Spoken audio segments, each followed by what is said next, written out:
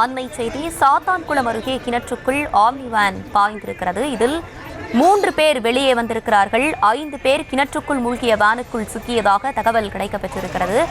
விரிவான விவரங்களோடு இணைகிறார் எமது செய்தியாளர் செந்தில். செந்தில், வணக்கம். அந்த 5 பேரை மீட்கும் அந்த பணி எவ்வாறு துரிதப்படுத்தப்பட்டு வருகிறது? விரிவான விவரங்கள்.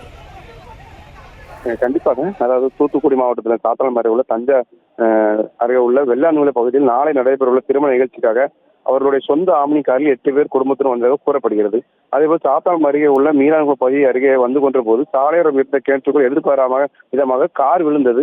இந்த காரில் இருந்த ஒரு குழந்தை உட்பட எட்டு பேரும் கிணற்றுக்குள் மூழ்கினர். இதற்கிடையே காருக்குள் இருந்த ஒரு பெண் உட்பட 3 பேரை காரை நிறுத்தி கிணற்றுக்குள் இருந்து தப்பி வெளியிருந்ததாக தகவல் தெரிய வந்துள்ளது. தொடர்ந்து அந்த வழியாக சென்றவரிடம் நடந்த விபரத்தை கூறி அவர் அழுது உள்ளார். அவர் அருகே உள்ள மீனான்குளத்து கிராம மக்களிடம் கூறி கிராம மக்கள் சம்பவ இடத்திற்கு வந்தனர்.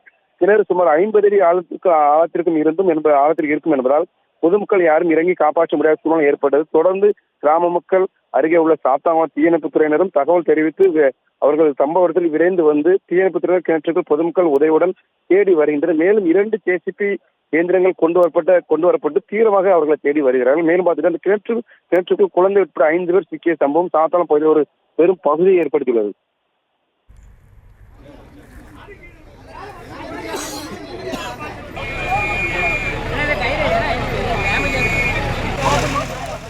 விவரங்களை வழங்கியமைக்கு நன்றி செந்தில்.